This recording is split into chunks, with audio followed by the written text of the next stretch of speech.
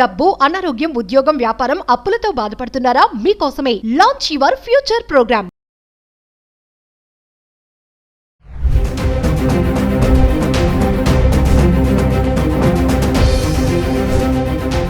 నమస్తే, welcome back to Suman TV. ప్రస్తుతం మనతో పాటు ఉన్నారు ఫ్యామిలీ కౌన్సిలర్ రజనీరమ్మ గారు.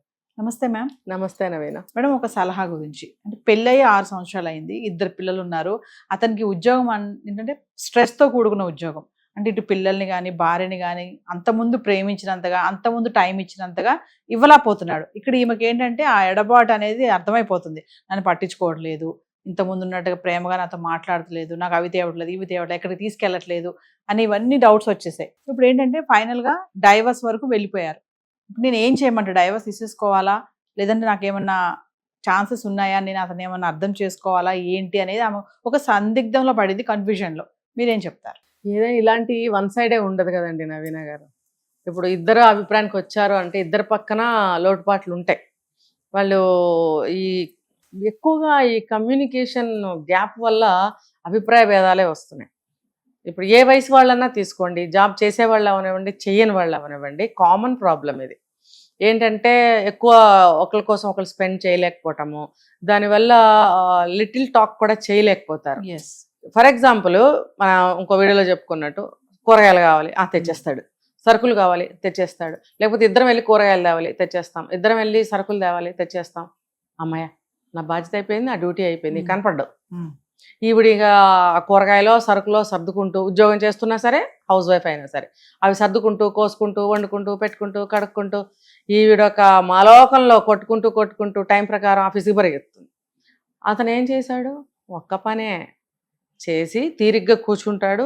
ఏదో పెద్ద స్ట్రెస్ ఫీల్ అవుతున్నట్టు, ఆఫీస్లో బర్డెన్స్ మోస్తున్నట్టు, టైం లేనట్టు, సెల్ ఫోన్లో మాట్లాడుకుంటూ, వీలైతే చాటింగ్లు చేస్తూ, వీలైతే ఏవేవో చూసుకుంటూ తనకు కావాల్సినవి టైం స్పెండ్ చేసి, అదే తనకు తాను స్పెండ్ చేసుకుని టైం అయిందని చెప్పి వెళ్ళిపోతాడు. లేదా ఇద్దరు కలిసి వెళ్ళాల్సి వస్తే ఇద్దరు కలిసి వెళ్ళిపోతారు ఆఫీస్కి. డ్రాప్ చేస్తాడు, తాను వెళ్ళిపోతాడు. మళ్ళీ ఈవినింగ్ టైం ఒకటే అయితే కలిసి వస్తారు ఇంటికి. లేదంటే ఈవిడ పాపం ఏదో పట్టుకుని ఇంటికి వెళ్ళిపోతుంది, అతను ఎప్పుడో వస్తాడు. మళ్ళీ ఈవిడ ఎందుకు ముందు రావాలబ్బా? బాధ్యత.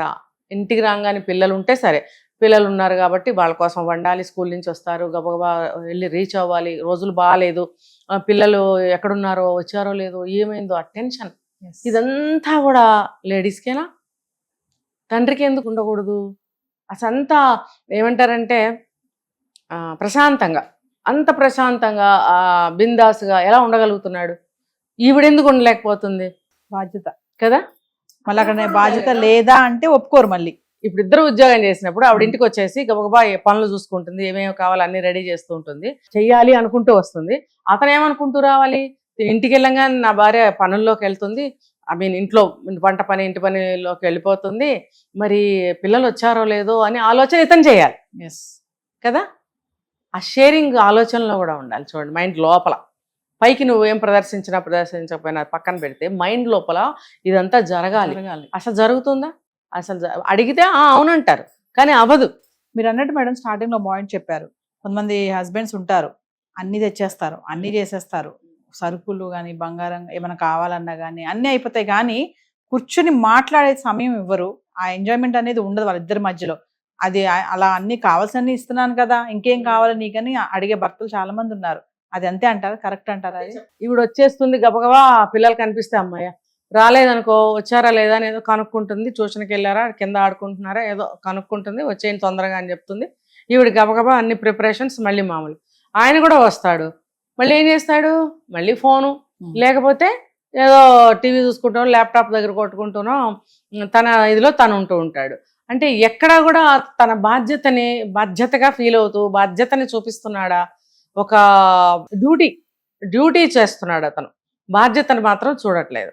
ఆ బాధ్యత అంతా తనే అక్కడ డ్యూటీ చేసి వస్తుంది ఆఫీస్లో, ఇక్కడికి వచ్చి ఇంట్లో బాధ్యతలు చేసుకుంటుంది. హౌస్ వైఫ్ అయితే ఇంకా ఎక్కువ అనమాట.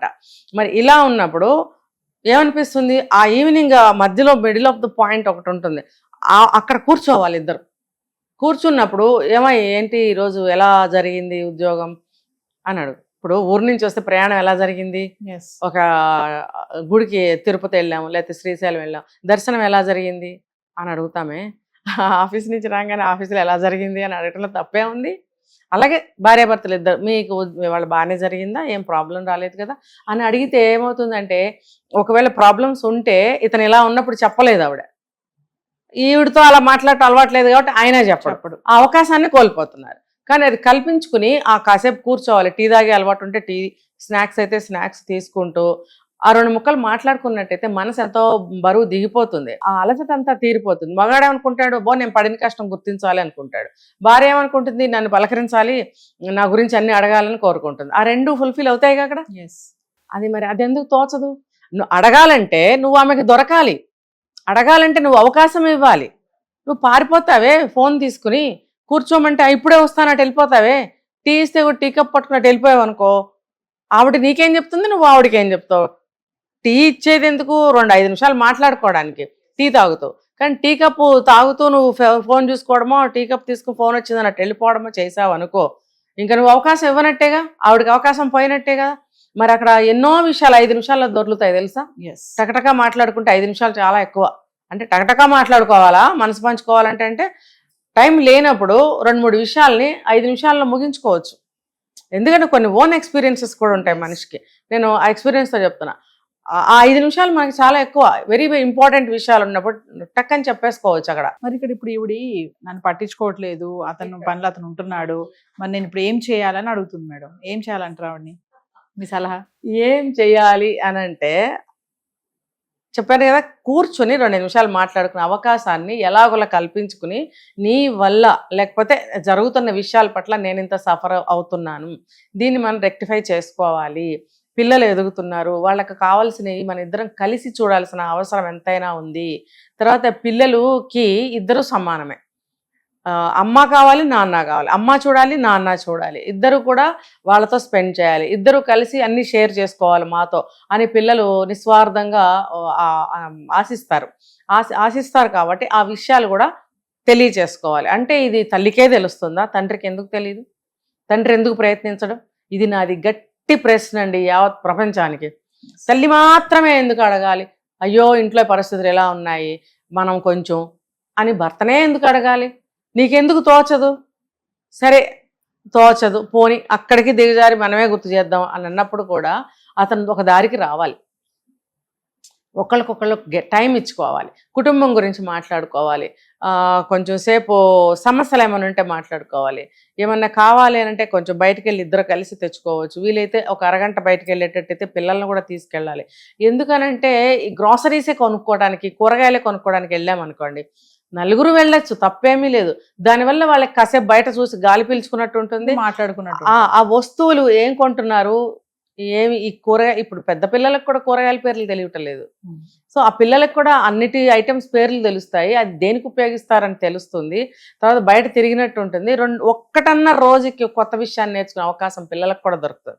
ఒక ½ అన్ అవర్ అలా వెళ్ళొచ్చినందువల్ల నష్టమేం జరగదు. అలా వెళ్ళొచ్చినందువల్ల కుటుంబంలో మంచి ఆహ్లాదమైనటువంటి వాతావరణం నెలకొంటుంది. తర్వాత ఏంటంటే, సమస్యని ఏదన్నా ఉంటే ఇద్దరు కూర్చుని మాట్లాడుకోవాలి. గొడవ పడినప్పుడు ఆవేశానికి పోయి నువ్వెంత అంటే నువ్వెంత అనే అనుకుంటాం సాధారణంగా. ఎందుకంటే మనసు బాగా బాధపడుతుంది, ఆ బాధలో నుంచి కోపాలు వస్తాయి, ఆ కోపాలు ప్రదర్శిస్తాం. కోపాలని కంట్రోల్ చేసుకోవాలి. కోపం ఎందుకు రాదు, ఊరికనే వస్తుంది, ఎవరికైనా వచ్చేస్తుంది, పిల్ల పెద్ద అందరికి వస్తుంది. దానివల్ల ప్రయోజనం ఏముంది? ఇప్పుడు నీ వల్ల నాకు సమస్య వచ్చింది, దీన్ని రెక్టిఫై చేసుకోవాలనుకుంటున్నాను, కోపంగా నేను ఇష్టం వచ్చినట్టు నీతో మాట్లాడితే అది అవ్వదు కదా. అది సంయమనం పాటించుకోవాలి. పాటించుకున్నప్పుడు తర్వాత ఒకళ్ళ బాధని, ఏమైనా ఆఫీస్లో బాధలు ఉన్నాయా, కుటుంబంగా బాధలు ఉన్నాయా, వ్యక్తిగతంగా ఉన్న బాధలు ఉన్నాయా అనేది భార్యకైనా భర్తకైనా ఒకరికొకరు చెప్పుకోకపోతే తెలియదు. ఒంట్లో బాగోలేదా, హెల్త్ బాగాలేదా, చెప్పుకోవాలి. చెప్పుకోవాలి అనే కంటే ఏదో డల్గా తిరుగుతున్నాడు, లేకపోతే డల్గా తిరుగుతుంది ఏంటి అని అడగలేకపోతున్నారే. ఈగో ఏంటి అడిగేది, వేషాలు కాకపోతే నాటకాలు, ఈ మాటలు చాలా వింటుంటాము. నాటకం ఎందుకు? సరే నాటకమే అనుకోండి, మిమ్మల్ని తన వైపుకి మళ్ళించుకోవాలని కొన్ని నాటకం వేసింది అనుకోండి, అది అందులో అది మంచి విషయమేగా. ఇందాక మనం చెప్పుకున్నట్టు ఏది చేసినా మంచే జరుగుతుంది కదా. ఏమవుతుంది, భార్య దగ్గర ఒక మెట్టు దిగి ఉంటే తప్పేం లేదు, అలాగే భార్య కూడా భర్త దగ్గర ఒక మెట్టు దిగి ఉంటే తప్పలేదు. ఇవన్నీ చూస్తూ పెరిగిన మీ పిల్లలు ఎవరైతే ఉన్నారో ఇన్ ఫ్యూచర్ వాళ్ళు కూడా వాళ్ళ స్పౌసెస్ తోటి చక్కగా ఉంటారు. లేకపోతే ఇలాగే గొడవ ఆడుకుంటారు వాళ్ళు కూడా రేపొద్దున. అంటే మనం ఏం చేస్తున్నామో అదే వాళ్ళకి నేర్పించినట్టు అవుతాం కదా. ప్రతి చోట కూడా ఏ సమస్యలు ఉన్నా ఇంట్లో అనేకం ఉంటాయన్నమాట. నేనున్నాను అనే భరోసా ఇవ్వాలి. ఇద్దరం కలిసి ఆ సమస్యని పరిష్కరిద్దాం అనుకోవాలి.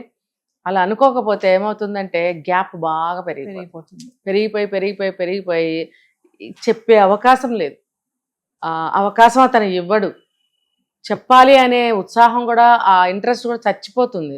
ఇవన్నీ అయిన తర్వాత ఒకటే మార్గం కనిపిస్తుంది వాళ్ళకి, విడిపోదాం.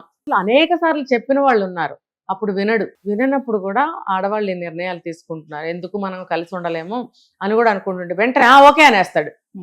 ఏదో పెద్ద అతను కూడా విసిగిపోయినట్టు.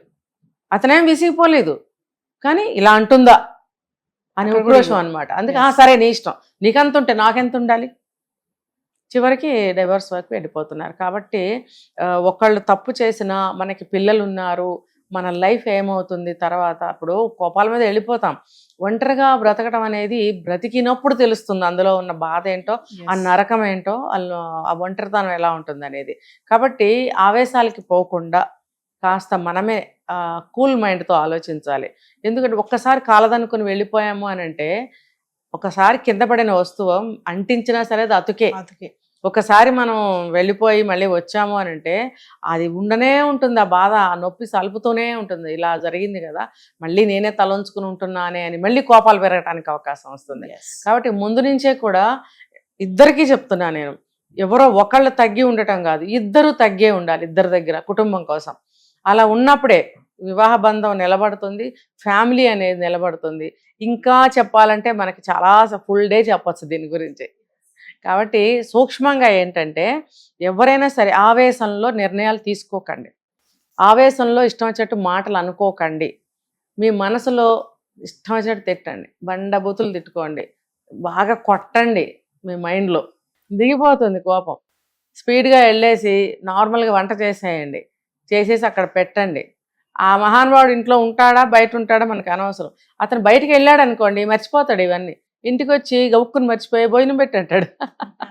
నిజమండి, ఇవన్నీ జరుగుతూ ఉంటాయి. అప్పుడు అంత గొడవపడి వెళ్ళాడు కదా, వచ్చి భోజనం పెట్టమంటున్నాడు ఏంటి అని చెప్పి గబగబా భోజనం పెడుతుంది. ఆ సమస్య అక్కడితో పోతుంది. ఇప్పుడు పిల్లలు పాడైపోతారు కదండి, వాళ్ళ కెరీర్ పాడైపోతుంది. ఇదంతా నేను డ్రామాటికల్గా చెప్పట్లేదు, ఇవంతా ప్రూవెన్స్ అనమాట ఇవన్నీ కూడా. అందుకనే నేను ఇవి చెప్తూ ఉంటాను. Thank you.